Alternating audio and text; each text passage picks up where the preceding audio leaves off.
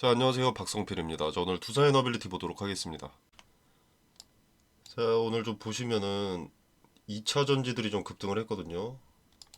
특히 에코프로가 상당히 많이 올랐고요. 뭐 LNF도 올랐습니다. 뉴스도 보면은 에코프로 일주일 새에 57%가 급등을 했다. 2차 전지 구조대 드디어 왔나. 뭐 이런 기사가 나오고 있습니다. 자, 이 얘기를 왜 하냐면 자, 주식 시장에서는 테마별로 수급이 순환이 되거든요. 뭐 코로나였다가 2차 전지로 수급이 또 몰렸다가 뭐 잠깐이지만 초전도체 뭐 다시 2차 전지 그다음 뭐 원전 요 사이에 뭐 우크라이나 전쟁 관련해서 뭐 재건이라던가 아니면 뭐 방산 뭐 이런 것도 있었죠. 그래서 지금 두산의 급락이 나오고 있는 게 물론 신고가를 경신해서 대부분의 투자자가 수익인 것도 있지만 그래서 매도세가 강해지는 것도 있지만 순환매 때문이다 라고 볼 수가 있는 거죠. 2차 전지가 갑자기 급등세가 시작이 되니까 2차 전지로 다시 수급이 원전에서 빠져나가서 몰리기 시작했던 겁니다. 이게 기회가 온 것 같으니까 다시 기회가 온 것 같으니까 여기서 이탈자가 발생을 하는 거죠. 왜냐면 원전의 대장주인 두산은 지금 신고가를 경신한 주가가 이전보다 많이 높아진 상태고 2차 전지는 한창 때에 비해서 주가가 낮은 상태이기 때문에 리스크 대비 메리트가 2차 전지가 더 높다라고 판단한 투자자들이 이탈하는 겁니다. 그렇지만 증권가도 그렇고 2차 전지의 상승 랠리는 이전 같지 않을 것이고 순환매에 의한 단순한 단기적인 상승세일 것이다.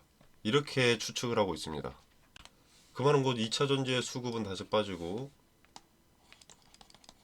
원전주 두산에너빌리티가 이것 때문에 조정을 겪었다면 다시금 이 시점이 왔을 때는 수급이 몰릴 수 있다는 것이겠죠. 물론 꼭 원전이 대장주가 된다. 그렇게 볼 수는 없습니다. 뭐 AI가 될 수도 있고요. 제약바이오가 될 수도 있고 로봇이 될 수도 있고 말씀드리고 싶은 건 무슨 악재가 발생해서 오늘 급락이 나오는 것이 아니다 라고 말씀을 드리고 싶습니다.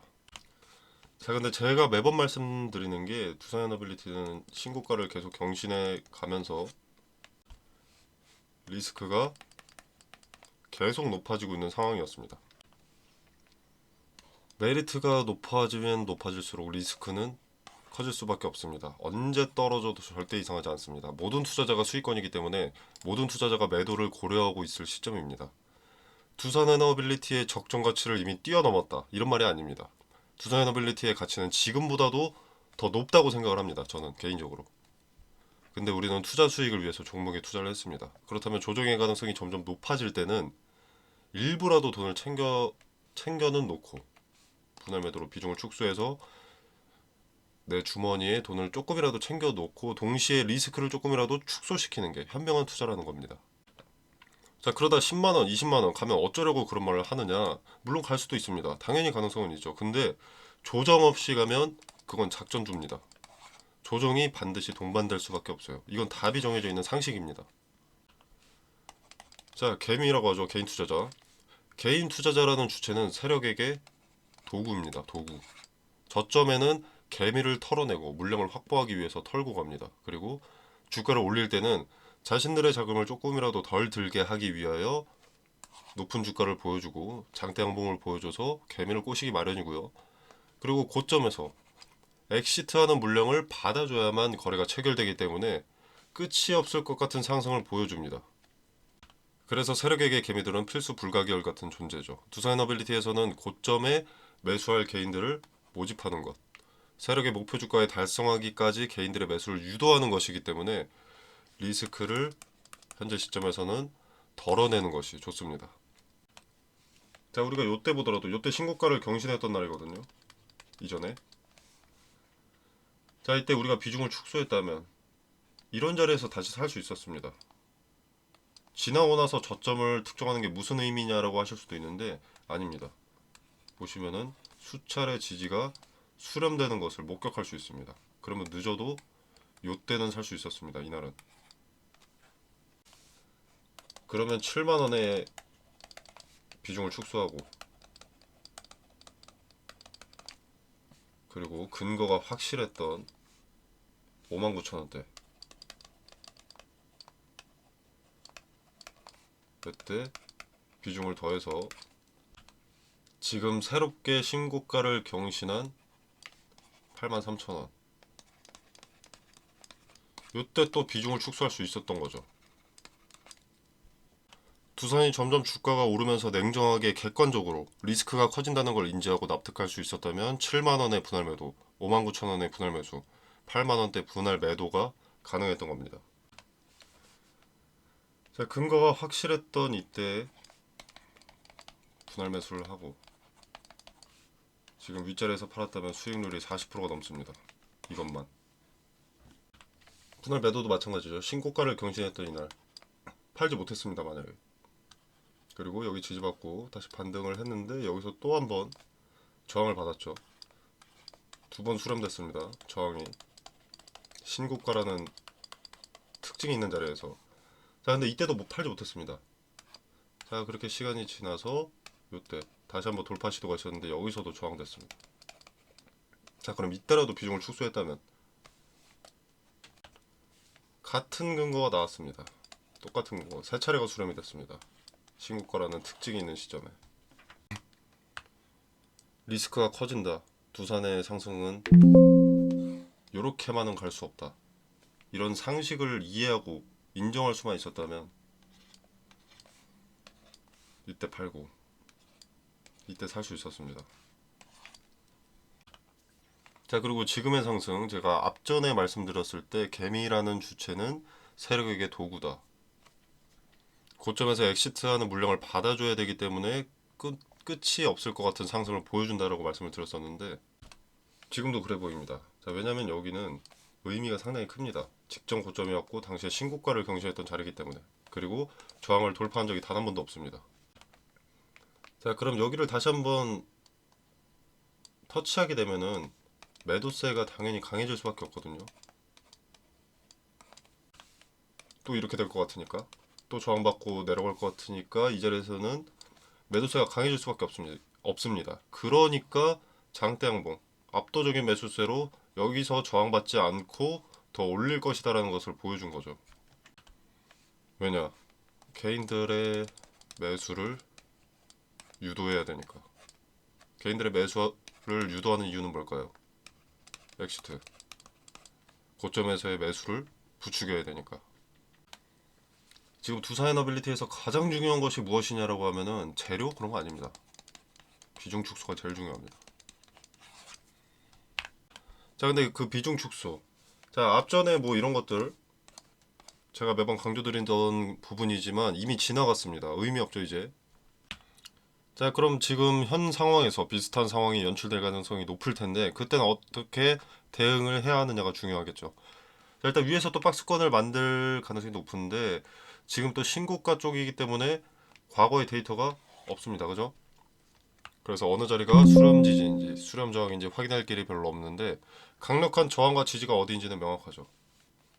자, 일단 직전 고점, 전 고점. 이 자리는 지지, 새로 구성되는 박스권의 하단이 될 가능성이 높고요. 자, 그리고 신고가, 종가가 있던, 그리고 그 다음날 저항받았던. 선이 두꺼우니까 이렇게 긋겠습니다. 여기와 여기는 그어져 있네요.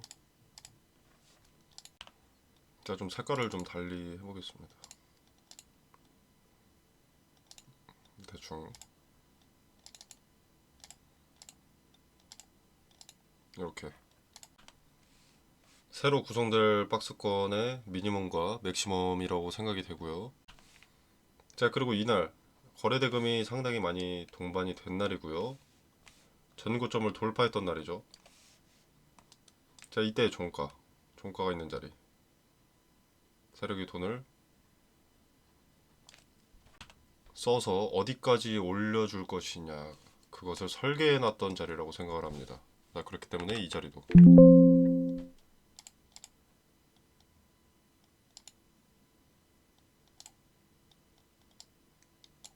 가격대로는 74,000원쯤 되네요. 그리고 이렇게 주가를 올려놨는데 바로 그 다음날과 그 다다음날 아래 꼬리 달리면서 이렇게 흔들리는 모습이 보였는데 또 말아 올렸습니다. 그렇기 때문에 이 자리는 좀 중요한 자리가 될 것으로 보이고요. 박스권을 새롭게 형성할 때 이 자리까지 안 내려갈 수도 있습니다. 이렇게 형성될 수도 있죠. 자, 그래서 앞으로 지지와 저항이 어디에 부딪히는지를 면밀히 살펴봐야 합니다. 수렴 지지와 수렴 저항이 어느 자리인지 보고, 그리고 그 자리들에 부딪혔을 때 급작스러운 거래가 동반되는가, 분봉으로 근거를 확인하는 거죠.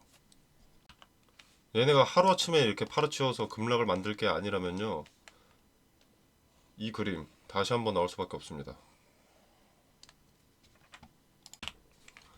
자, 우리가 똑같은 실수를 되풀이하지 않기 위해서 역사라는 것을 배우듯이 무대응으로 가져갈 수 있는 수익과 회피할 수 있었던 리스크를 피해가지 못했다면, 이 시기에 그렇게 하지 못했다면 우리는 과거에서 힌트를 얻은 만큼 이번에는 내 투자 수익과 리스크 축소를 위해서 대응을 해야겠죠. 자, 그 대응의 디테일, 차트가 하나하나 쓰여질 때마다의 의미, 그리고 그 의미를 말하는 근거, 텔레그램방에서 명확하게 말씀드리고 분할 매도, 분할 매수 타점 공유 드리도록 하겠습니다. 그리고 하나 더 말씀을 드릴게. 보시면은 박스권이 이전에 이렇게 형성이 되어 있었잖아요. 직전 고점, 그리고 이렇게 네모나게. 근데 보시면은 근데 박스권 아래로 하나가 이탈을 해 있습니다. 자, 이게 이유가 뭐냐면, 자, 일단 박스권의 하단이 너무나 명확합니다. 그죠? 근데 이걸 계속 지켜줘. 그럼 개인들이 절대 뭐 손절하거나 하지 않겠죠? 차트를 조금만 알아도 아는 사람이 봐도 누가 봐도 올릴 것 같은데 절대 매도하지 않겠죠. 오히려 매수하겠죠. 근데 이런 박스권, 의미가 큰 지지라인, 마지노선 이런 거를 이탈해버리면 개인들의 물량이 나옵니다. 이거 받아먹으려고 손절 한번 유도하려고 이런 그림 한번 나오는 겁니다. 자, 그래서 이후에도 박스권이 형성됐을 때 한번 이탈하는 그림이 나올 수 있습니다. 당연히 이 자리가 손절 라인인 것은 맞는데요. 그렇다고 한번 이탈했다고 바로 매도할 때는 아니라는 겁니다. 다시 돌파 시도가 분명히 있을 거거든요. 있을 수밖에 없습니다. 근데 여기서 저항받고 또 내려간다. 이럴 때 손절하는 겁니다. 이날도 보시면은 이탈했다 하루 만에 다시 진입했죠. 세력이라는 주체도 모질이가 아니기 때문에 이런 함정 같은 것들이 한 번씩 나옵니다. 자, 이런 것도 텔레그램방에서 디테일을 말씀드릴 거니까 대응에 참고하실 분들은 한번 참여해 보시면 되겠고요.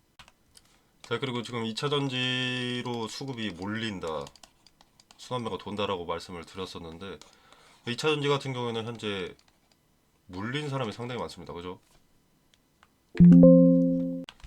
모르고 상승하다가 조정이 상당히 길어졌기 때문에 물린 사람이 너무 많습니다. 자, 그래서 이렇게 계속 승승장구하기가 쉽지 않습니다. 수급이 금세 빠져 나올 거라는 거예요. 그리고 그들이 이탈하면 수급은 다시 원전, 재생에너지, AA, 반도체 이쪽으로 몰릴 겁니다. 지금 두사에너빌리티의 수급이 빠진다고 부정적으로 볼 거 없습니다. 다만 조정이 왔을 때 어느 자리에 지탱이 되느냐, 그것을 중점으로 보시면 되는 거고요. 수급이 다시 몰려서 주가가 다시 반등할 때 어느 자리에 저항받고 무너지느냐, 그것을 확인하고 분할로 비중을 축소하든 더하든 대응을 하시면 되겠습니다. 자, 관련된 디테일 텔레그램방에서 설명을 드리겠습니다. 자, 텔레그램방 참여는 영상 설명란에 보시면 더보기 버튼이 있습니다. 자, 이 버튼을 누르시면 이렇게 링크가 기재되어 있고요. 자, 이 공간 안에서 제공되는 정보 일체의 금전을 요구하지 않습니다. 무료라는 거고요. 코드 같은 거 없습니다. 참여 제한 없고요. 입장과 퇴장이 자유롭습니다. 자, 이 공간 안에서는 투자의 기준과 근거들을 설명드릴 거고요. 분할매수 타점, 분할매도 타점도 언급을 드리도록 하겠습니다. 자, 그리고 종목 추천도 드리는데 내가 뭘 사야 될지 모르겠다 라고 하시면 한번 참고해 보시는 것도 좋을 것 같습니다. 자, 여러분의 성공 투자를 기원하면서 오늘 영상 여기서 마무리하도록 하겠습니다. 감사합니다. 구독, 좋아요 좀 눌러주시고요.